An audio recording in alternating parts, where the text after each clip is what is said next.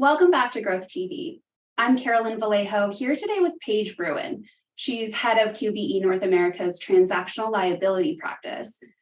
So Paige, there are rising interest rates, the cost of capital is going up, and as a result, we are seeing some shifts in the M&A landscape, potentially towards strategic acquirers and potentially towards less straightforward structures like minority acquisitions and carve-outs. Can you first talk a little bit about how these changes in the M&A landscape are impacting transactional liability? Sure, thanks, Carolyn. We're still seeing consistent opportunities from PE markets, but we're expecting to see more opportunities with strategic buyers. RWI can be a tool to help buyers win auctions and help strategic buyers compete with private equity firms. Underwriters are always very focused on the quality of the diligence supporting the reps in any transaction, so we often require written diligence by third-party advisors.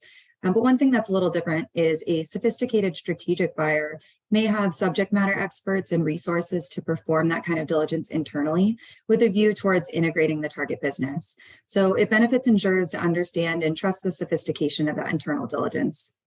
And as for the potential shift to less straightforward structures that you mentioned, that's kind of being driven by current challenges with financing and bridging valuation gaps for buyers, especially PE buyers.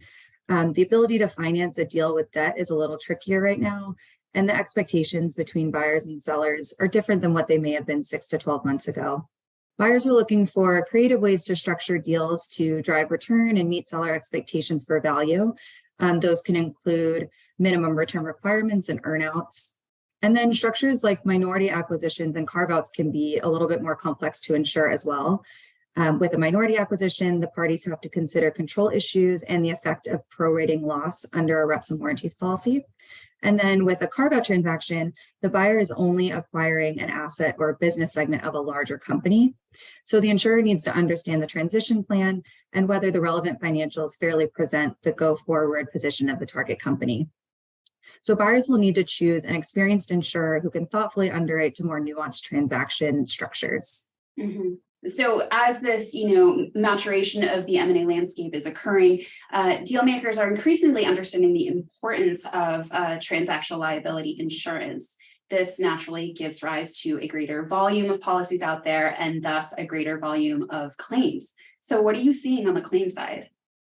Sure. So about 1 in 5 policies are notified of at least one claim, with a lesser percentage looking for a payout. So that number has remained pretty consistent over the years. So the percentage of policies getting claims hasn't really changed, but as there's so many more policies out there, the sheer number of claims is going up.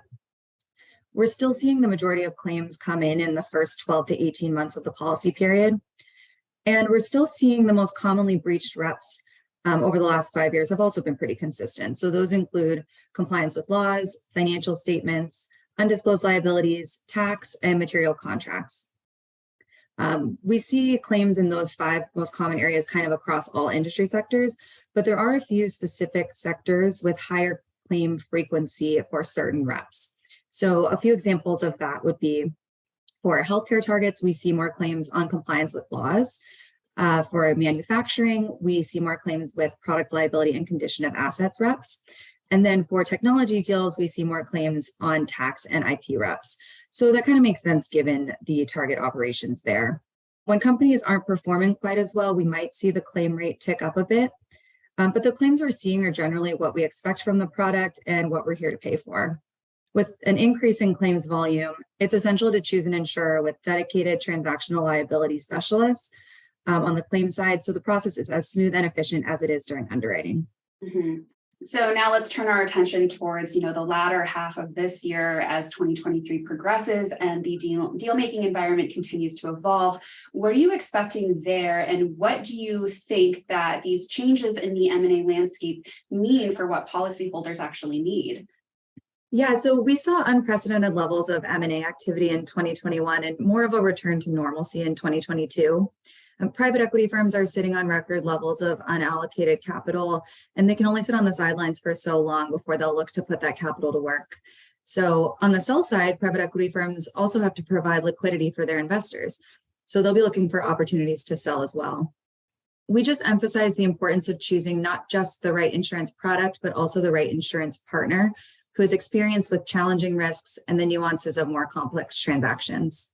Absolutely. Well said. Thank you so much, Paige, for joining us. Thank you.